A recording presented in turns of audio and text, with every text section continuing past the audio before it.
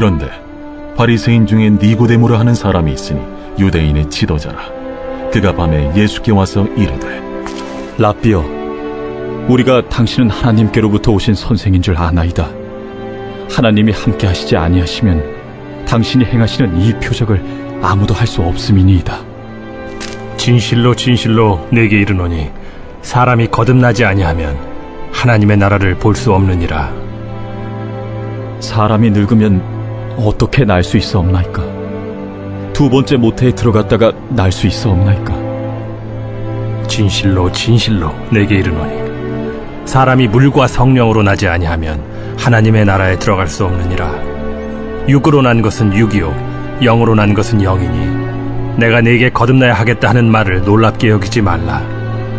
바람이 임의로 불매 네가 그 소리는 들어도 어디서 와서 어디로 가는지 알지 못하나니 성령으로 난 사람도 다 그러하니라.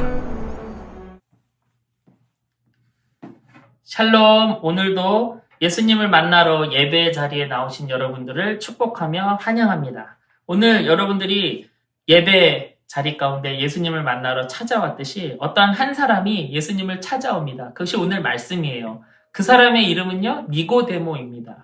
우리가 먼저 니고데모에 대해서 어떠한 사람인지 좀 알기를 원하는데요. 1절에 보니까 니고데모는 유대인들의 지도자였다라고 얘기하고 있어요. 그 말은 무엇입니까? 니고데모는요, 그냥 평범한 사람이 아니라는 거예요. 권력층에 있었고 고위층에 있었던 사람이다라는 것이죠. 그리고 더 자세히 니고데모에 대해서 알아보면요, 니고데모는 바리새인이에요. 모든 이스라엘 민족 중에 한 6,000명, 7,000명 밖에 안 되는 아주 소수의 집단, 아주 열심으로 하나님을 믿는 집단, 율법을 지켜 행하는 집단, 그래서 사람들에게 존경받는 집단, 그러한 사람 중에 한 사람이 바로 니고데모였어요. 또 나아가서는 니고데모는 어떠한 사람입니까? 산헤드린 공회의 회원이었어요. 이 바리새인은 모든 유대인 중에 6, 7천 명 정도 됐다면 이 산헤드린 공회의 회원이 되는 사람은요, 모든 유대인 중에 70명밖에 될 수 없어요. 70명의 장로들이 나라의 결정, 또 무슨 판결, 회의 같은 거 하는 곳이 바로 그거예요. 그래서 그곳은 국회와도 같은 것이고요, 법원과 이런 판결하는 법원과도 같은 것이고요. 그리고 종교적인 것들을 결정하는 그런 종교기구와도 같은 거예요. 국회의원 같은 사람이었다라는 것이죠. 니고데모는 어떠한 사람입니까? 그래서 엄친아 중에 엄친아였고 완전히 최상층에 있는 상류층 사람이었고 경제력도 있었고 사회 지휘력도 있었고 지식도 있었고 종교적인 권력도 있었고 권위도 있었던 그러한 사람이에요. 남부러울 것이 하나도 없는 그런 사람. 그런데 이 니고데모가요, 뭐가 아쉬운지 밤에 몰래 예수님을 찾아왔다라는 것이죠. 세상의 것을 다 가졌는데 남보다 많은 것을 누렸음에도 불구하고 뭔가 채워지지 않아서 뭔가 목마름이 있어서 예수님을 찾아간 거예요. 그것은 무엇입니까? 내가 종교 지도자인데, 내가 바리새인인데, 내가 근데 구원은 받았을까? 내가 천국에 갈 수 있을까? 라는 그 확신이 없었다라는 것이죠. 그래서 예수님을 찾아간 거예요. 그러한 니고데모를 아시고 그러한 마음이 있는 것을 아시고 니고데모가 얘기하기도 전에 예수님께서 이렇게 얘기하세요. 3절에 사람이 거듭나지 않고서는 하나님 나라를 볼 수가 없어. 이 말은 무엇입니까? 하나님 나라를 보려면, 하나님 나라에 들어가려면 거듭나야 돼 라고 말씀하고 계신 거예요. 명색의 바리새인이에요. 명색의 산헤드린 공회 회원이에요. 근데 예수님은 목수 출신 집안에 30살 된 청년이에요. 그런 사람이 자기한테 아주 사회적으로 지위가 높은 자기한테 너 천국에 가려면 새롭게 태어나야 돼. 지금까지 한 거 아무 소용없어. 새롭게 시작해야 돼. 라고 얘기했다라는 것이죠. 지금까지의 열심을 싸그리 뭉개버리는 거예요. 굉장히 자존심 상하고 기분 나쁜 일이죠. 그런데 니고데모는요, 하늘에 대한 열망, 구원에 대한 열망, 정말로 구원받고자 하는 이 열망 때문에 겸손하게 예수님 앞에 나아갑니다. 예수님을 밀치고 다시 뛰쳐나간 것이 아니라 구원에 대해서 목말랐기 때문에 예수님에게 공손하게 되묻는 것이죠. 4절에 뭐라고 물어봅니까? 다시 태어난다라는 것은 무엇입니까? 거듭난다라는 것은 무엇입니까? 내 나이가 이제 40, 50이 된 완전 장성한 어른인데 어떻게 다시 태어납니까? 엄마 뱃속에 들어갔다가 다시 나오는 것이 가능합니까? 라고 물어보고 있는 거예요. 여러분, 거듭남, 다시 태어남, 여러분 우리가 꼭 기억해야 합니다. 구원 받았다고 하는 친구들, 구원 받고자 하는 친구들, 구원 받으려면, 천국을 보려면 반드시 거듭나야 한다. 오늘 말씀에 기록하고 있기 때문에 여러분 내가 거듭났는지, 거듭난 사람인지, 다시 태어난 사람인지 여러분 스스로 질문하셔야 된다라는 거예요. 그렇다면 거듭남은 무엇입니까? 이 거듭남에 대한 의미를 몰랐던 니고데모처럼 여러분도 잘 모르고 있는 건 아니에요? 엄마 뱃속에 다시 들어가야 되나? 이런 생각하고 계신 거 아니에요? 여러분 거듭남은요, 다시 완전히 새롭게 다시 태어나는 것을 얘기하는 거예요. 완전히 리셋하고 새 출발을 이야기한다라는 것이죠. 이런 거예요. 여러분 차가 고장났는데 돈에 상관없이 이 문제를 해결해야 돼요. 돈은 누군가 준대요. 여러분 어떻게 하시겠습니까? 자꾸 고장나는 이 똥차를 고쳐서 타시겠습니까? 아니면 여러분들이 꿈에 그리던 드림카를 돈 주고 사겠습니까? 새 차를 사겠습니까? 우리는 새 차를 사고 싶은 것이죠. 구원받았다, 거듭났다, 다시 태어난다라는 것은요, 이러한 거예요. 예전에 죄 가운데 구원받아서 죄 가운데 살던 내가 구원받아서 조금 더 나은 사람, 조금 더 발전된 사람, 그렇게 되는 것이 아니라, 고쳐지는 인생을 사는 것이 아니라 완전한 새 사람, 아예 새 사람으로 다시 태어나는 것이 거듭남이다라는 거예요. 여러분 이것이 은혜입니다. 여러분 이미 세상에 죄로 인하여 망가진 우리를 고친다고 뭐가 달라지겠어요? 그래서 구원이라는 것은 new creation, 새 창조, 새 피조물 이렇게 되는 거예요. 새롭게 태어나는 거예요. 그래서 고린도후서 5장에 보니까요. 그런즉 누구든지 그리스도 안에 있으면 새로운 피조물이라. 이전 것은 지나갔으니 보라 새 것이 되었도다. 여러분 새롭게 시작하는 거 좋으세요? 안 좋으세요? 새 출발이 좋으세요? 헌 출발이 좋으세요? 우리는 새 출발이 좋죠. 여러분 사람은요 새롭게 시작하고자 하는 열망, 그 욕망이 있다라는 거예요. 그래서 큰 잘못을 한 사람도 그것을 끊어내고 새롭게 시작하기 위해서 나 새 출발할 거야 이렇게 얘기하는 것이죠. 또 결혼하는 사람도 우리의 인생의 새 출발이야 라고 얘기하는 거예요. 또 학교를 졸업하고 다음 대학교에 가는 사람들 뭐라고 합니까? 새 출발하는 거야 라고 이야기한다라는 것이죠. 구원은 새 출발입니다. 완전하게 새롭게 다시 태어나는 것입니다. 여러분 그렇다면 어떻게 새롭게 다시 태어나냐라는 거예요. 어떻게 거듭날 수 있냐라는 거예요. 진짜 엄마 뱃속에 들어가야 합니까? 여러분 우리가 이미 육에서 나온 사람인데 다시 육에서 나와서 그게 무슨 새 출발입니까? 그건 아니에요. 그건 무엇입니까? 5절에 보니까 거듭남은, 새롭게 태어남은 엄마 뱃속에서 나오는 것처럼 육에서 나오는 것이 아니라 하늘에서 오는 영으로 나오는 거야. 물과 성령으로 나오는 거야. 그것이 새로 태어나는 거야. 그것이 거듭나는 거야 라고 얘기하고 있는 거예요. 물과 성령으로 다시 태어나야지만 하나님 나라에 갈 수 있대요. 다시 태어남의 키포인트는 물과 성령이에요. 물은 무엇입니까? 우리 지난번에 세례에 대해서 배웠잖아요. 물로 씻어내는 것이죠.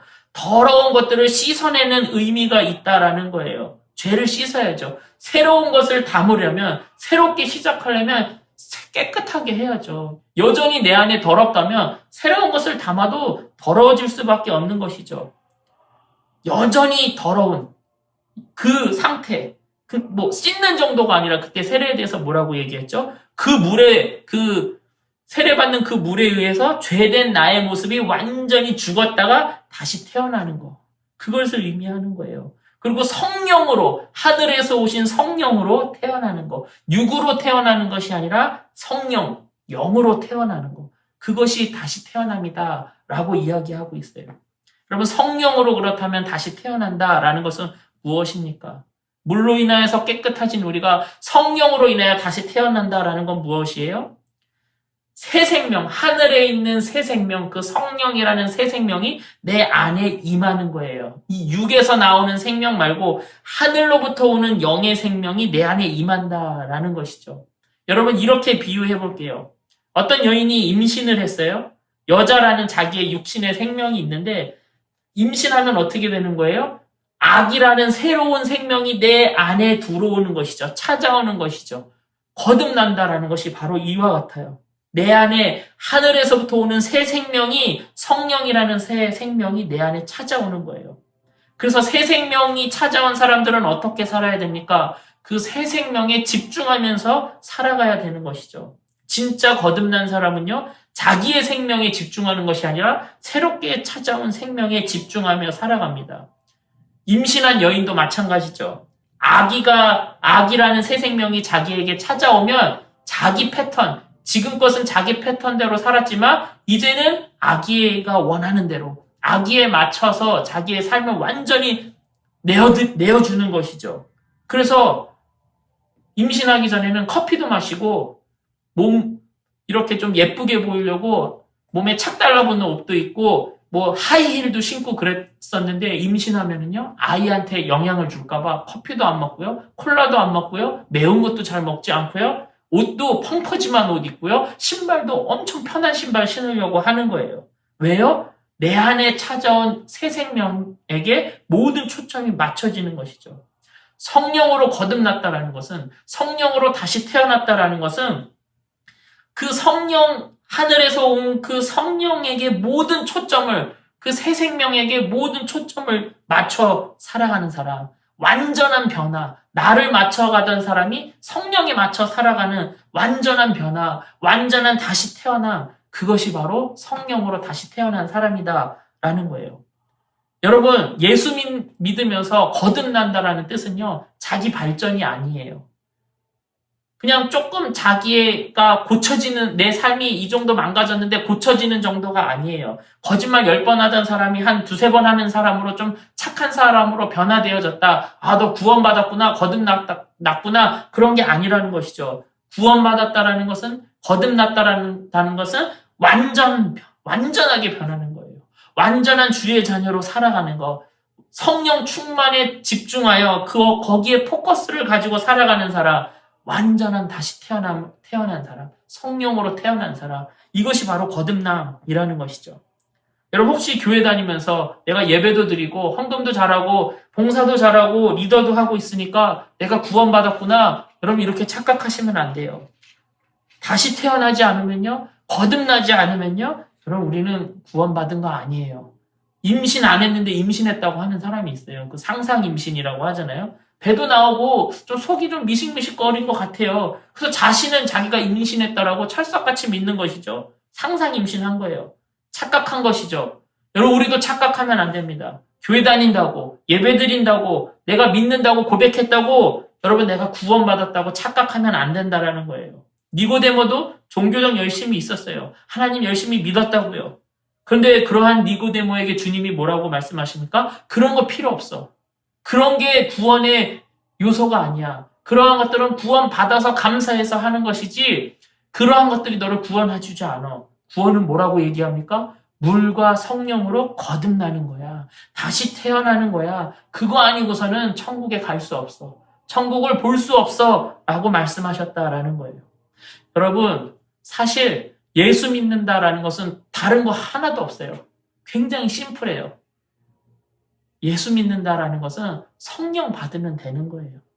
다른 거 없어요. 그 이상도 없고 그 이하도 없어요. 암만 니고데모처럼 종교적 열심이 내 안에 있다 할지라도 성령이 없으면 헛거예요. 말짱 꽝이에요. 예배드리고 헌금도 하고 이것저것 다 하고 다 한다 할지라도 성령으로 우리가 다시 태어나지 않는다면 여러분 우리는 천국에 갈 수 없습니다. 천국을 볼 수 없다라는 거예요.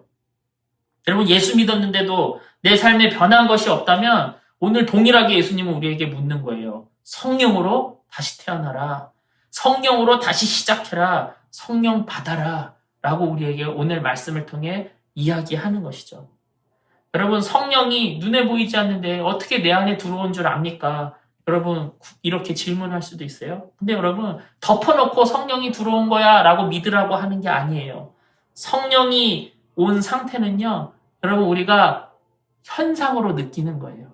바람이 보이지 않아도 바람이 부는 현상을 우리가 보잖아요. 나뭇잎이 흔들거린다거나 낙엽이 굴러다닌다거나 그런 현상을 보면서 바람이 있는 것을 아는 것처럼 여러분 성령이라는 새 생명이 내 안에 찾아오잖아요. 그것이 비록 눈에 보이지 않더라도 그 성령으로 인한 살아계신 성령 그 새 생명으로 인하여서 반드시 현상들이 보이기 마련이다라는 거예요. 그때 우리가 그것을 믿는 것이죠. 여러분 성령으로 거듭난 사람은요. 새 생명이 들어온 사람은요. 반드시 다릅니다. 예전과 같지 않아요. 왜요? 완전히 새롭게 다시 태어난 것이기 때문에 그래요. 자기 패턴대로 살던 여인이 임신하면 모든 삶의 방향성이 완전히 바뀌는 것처럼 내 안에 새 생명이 들어오면요. 지금의 내가 아닌, 예전의 내가 아닌 새로운 내가 되는 거예요. 예전에 찌질했던 죄 가운데 쉽게 유혹에 빠졌던 그 바보 같았던 내 모습이 아니라 성령님이 내 안에 들어오시면 뉴 크리에이션, 새로운 피조물, 새 창조물이 되는 거예요. 우리가 구원받았을 때 하나님께서 우리에게 말씀하세요. 보라, 이전 것은 지나갔고 새로운 피조물이라. 여러분 성령으로 거듭나여서 새롭게 하나님 앞에 나아가는 새로운 창조물로 나아가는 여러분들 되시기를 간절히 축복합니다.